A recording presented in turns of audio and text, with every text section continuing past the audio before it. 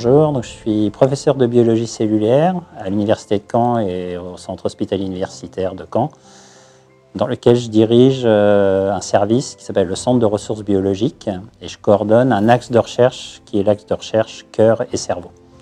En même temps, je suis directeur d'une unité INSERM qui s'intéresse à la physiopathologie neurovasculaire et au vieillissement cérébral normal et pathologique. Et l'ensemble de ces structures, associant aussi des plateformes expérimentales, s'insère dans un institut qui s'appelle Blood and Brain at Caen Normandie, BBATSI, qui est un institut fondé par l'INSERM, l'Université de Caen et le CHU de Caen, dont je suis aussi le directeur.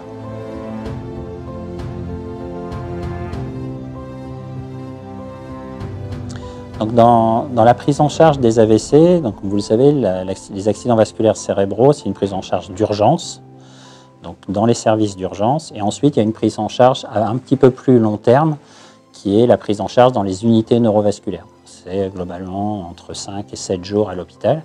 Et ensuite, il va y avoir une prise en charge sur la rééducation, la réadaptation fonctionnelle de ces patients.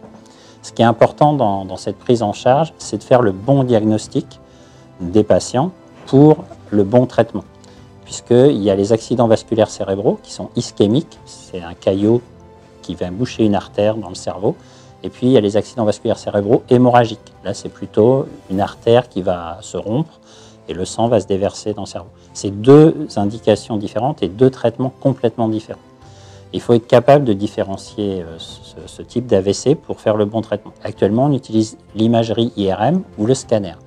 Ce que l'on a fait, et le projet qui est lauréat, c'est un projet où on va être capable de visualiser la présence des caillots sanguins dans le cerveau, et surtout des petits caillots sanguins. Et ça, c'est très important puisque dans la prise en charge des AVC, on voit en IRM ou en scanner, on voit les gros caillots dans les artères, les grosses artères du cerveau, qui vont être plutôt très proximales, mais on ne sait pas voir des thrombus, des occlusions distales, c'est-à-dire dans les tout petits vaisseaux. Et ça, c'est très important pour la prise en charge. Et donc, ce qu'on a mis en place dans le laboratoire, une technologie qui permet de voir ces tout petits caillots très distaux dans les vaisseaux. Donc, il y a des applications importantes dans la prise en charge, dans le diagnostic des patients, pour les AVC, mais aussi pour d'autres pathologies thrombotiques, que ce soit au niveau des poumons, que ce soit au niveau du cœur, que ce soit dans les maladies des petits vaisseaux. Donc, l'application est assez large. Et donc, c'est un travail d'équipe, hein. C'est beaucoup de personnes dans le laboratoire qui travaillent sur ce projet, puisque c'est à la fois de la biologie, à la fois des applications médicales, de l'imagerie, donc de la physique, et de la chimie pour générer les outils pour visualiser ces particules.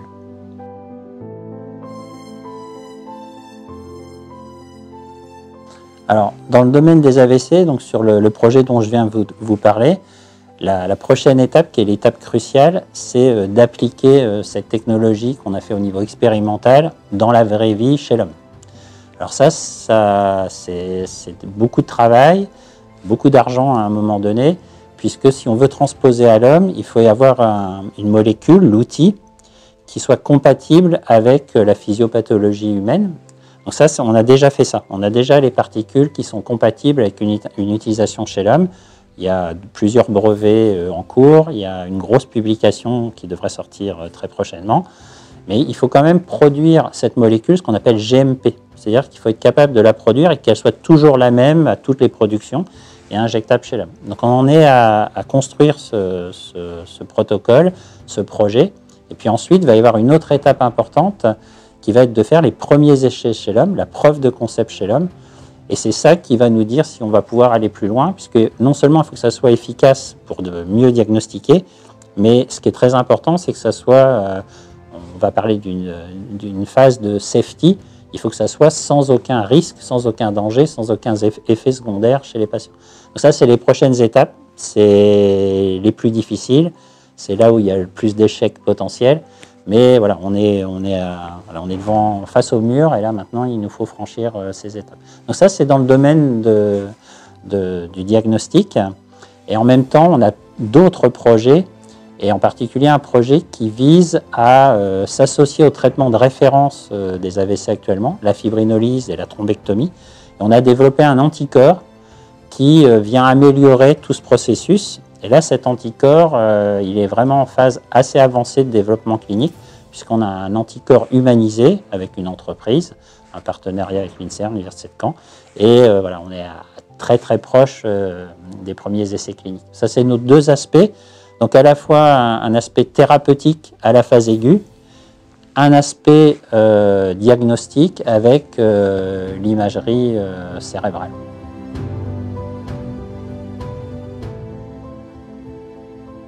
Quand un patient a un AVC, pour vous dire les points importants, la cinétique des événements. Donc ce qui marche le mieux, c'est la prévention. Donc ce qu'il faut, c'est essayer d'empêcher les personnes d'avoir des AVC. Donc là, c'est tous les facteurs de risque cardiovasculaires. Donc tabac, diabète, alcool, obésité, tous les facteurs de risque, pression artérielle, etc. Ça, il faut essayer de contrôler ça et faire que ça ne soit pas présent. Puis il y a d'autres facteurs de risque qu'on ne peut pas moduler, eux, c'est par exemple l'âge. Le facteur de risque principal des AVC, c'est le vieillissement. Et ça, heureusement, peut-être, on ne peut pas le moduler. Donc il y a des facteurs qu'on peut prévenir et d'autres qu'on doit faire avec. Donc ça, cet aspect prévention, il est très très important et il manque un peu dans la palette des travaux de recherche. Ensuite, il y a lorsque le patient a un AVC, il y a la prise en charge aux urgences, donc la phase très très aiguë. Là, il y a deux aspects. Ce qui marche le mieux encore, après la prévention, c'est d'appeler le 15. Donc ce qu'il faut, c'est améliorer l'intendance et faire que quand un patient appelle le 15 ou un proche, il soit le plus vite possible conduit à l'hôpital. Ça veut dire des routes de bonne qualité, un nombre d'ambulances important, éventuellement un hélicoptère, des médecins pour la prise en charge aux urgences, des imageurs, IRM, CT scan. Donc là encore, c'est de l'intendance. Ce n'est pas vraiment de la recherche, mais c'est ce qui est le plus important. Et une fois que le patient est pris en charge, là, il faut développer des traitements. Donc les traitements qui marchent bien actuellement, en gros, on sait très bien déboucher les vaisseaux, les artères. Ça, il y a la fibrinolyse, il y a un acte mécanique endovasculaire chirurgical qui est la thrombectomie. Ça marche bien. Donc on débouche, mais bien qu'on ait débouché, la perfusion du tissu, comment le sang recircule dans le cerveau, n'est pas optimale. Donc il y a cet aspect-là qu'il faut vraiment améliorer. C'est une fois qu'on a débouché, faire que le sang aille bien dans toutes les structures cérébrales et en particulier dans les structures les plus distales. Donc ça, il y a plein de labos qui travaillent là-dessus pour améliorer la fibrinolyse. Après, il faut protéger les cellules du cerveau. Donc, tout à l'heure, je vous ai parlé d'un anticorps qui est en développement. On est à ce niveau-là, de protéger les cellules du cerveau au moment de l'AVC, parce qu'elles vont mourir très vite. Il faut, dans un laps de temps rapide, les empêcher de mourir. Si on passe les quelques heures, la critique, après, les choses vont mieux se passer. Donc, nous, on travaille sur cet aspect-là. Un autre aspect, c'est l'inflammation. Parce que dès ces événements-là, il se met en place des mécanismes inflammatoires. Il faut essayer de les contrôler, les réduire. Là, il y a différentes stratégies. Il y a des médicaments qui existent, d'autres en développement. Ça, c'est les aspects à la phase aiguë.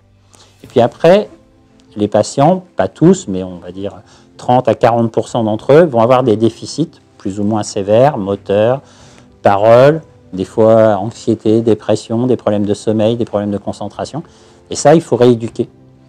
Et pour rééduquer, il faut des structures où ces patients vont pouvoir aller, soit une prise en charge jour-nuit, soit une prise en charge que de jour, ou alors des aidants formés. Et il faut apprendre à faire fonctionner son cerveau avec ce déficit. Donc on peut faire de la plasticité cérébrale, on peut recréer des connexions, comme quand on est allé à l'école, mais voilà, plus tard, ou alors apprendre à faire avec le problème. Et pour ça, on manque vraiment de structures en France, et donc en Normandie, et on espère plus largement en France, on essaye de développer une structure médico-sociale où les patients seraient pris en charge dans des protocoles de recherche où on irait essayer de mieux comprendre cette récupération fonctionnelle, tous les déficits et comment travailler avec pour les améliorer ou faire que s'ils sont là, il va falloir faire avec. Donc, en ayant dans des protocoles de recherche pour évaluer le bénéfice et comment améliorer cette prise en charge. Et puis former des praticiens, des infirmiers, infirmières, ergothérapeutes, enfin tous les métiers de la rééducation fonctionnelle sur la base de ces protocoles. Et si on peut évaluer ça, si on peut améliorer ça, on va aussi convaincre les pouvoirs publics de donner plus d'argent pour ces maisons de prise en charge, pour des postes pour ce type de métier. Voilà, après les grands aspects de la recherche. À chacune des phases, il y a quelque chose à faire et il faut absolument le faire puisque c'est la deuxième cause de décès dans les pays industrialisés, à peu près pareil dans le monde. C'est la première cause de handicap acquis chez la femme. Il y a 500 à 700 AVC de l'enfant par an en France, 140 000 nouveaux cas en France tous les ans. Donc c'est vraiment une prise en charge importante, c'est un problème social et médico-social très important. Et il y a une publication récente qui montre que les accidents vasculaires cérébraux, c'est la première cause de jours vécus pas en bonne santé. Et ça a un impact majeur sur toute la société. C'est loin devant plein d'autres pathologies.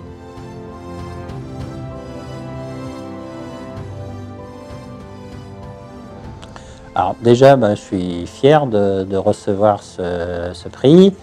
Ce qui est important à garder en tête, c'est que il y a les gens qui reçoivent des prix. Et puis, donc on est content parce que ça veut dire que la recherche que l'on fait est visible, avance. Mais il y a toute la recherche qui se fait par plein de chercheurs, enseignants-chercheurs qui ne reçoivent pas de prix. Et en fait, c'est la somme de toutes ces pièces d'un puzzle qui font qu'à un moment donné, on a quelque chose qui est un peu plus concret, un peu plus proche de la clinique. Et souvent, les prix ou la notoriété ou les grosses publications, elles augmentent avec le fait qu'on se rapproche de la clinique. Mais il ne faut pas oublier que tout ce qu'il y a eu avant.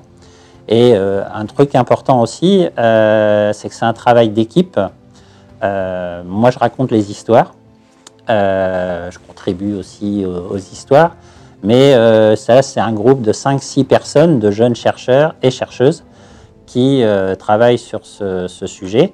Et ça associe plein de compétences. C'est-à-dire que dans le groupe là, des 5-6, que je peux citer, il y a Maxime Goberti, Sarah Martinez d'Izarrando, Thomas Bonnard, Karine Ali, Jonathan Vigne. Et puis ça, c'est les chercheurs, enseignants-chercheurs statutaires. Et puis il y a des étudiants qui travaillent sur le sujet, Audrey Picot, Soigny, Pedron, je vais en oublier, Jonathan Furon, enfin il y en a beaucoup. Et voilà, c'est un vrai travail d'équipe, hommes et femmes. Et on associe aussi plein de compétences. C'est-à-dire que le groupe, là, il y a des gens qui sont plutôt chimistes, d'autres qui sont plutôt physiciens, d'autres qui sont plutôt biologistes, certains qui sont physiologistes, d'autres qui sont aussi médecins. Voilà, il y a vraiment un ensemble de compétences qui font que le projet est possible et qu'on se rapproche là, petit à petit d'une application clinique. Et à un moment donné, il va falloir travailler aussi avec des partenaires, industrie pharmaceutique, etc., si on veut vraiment aller en clinique. Voilà, c'est un vrai travail d'équipe.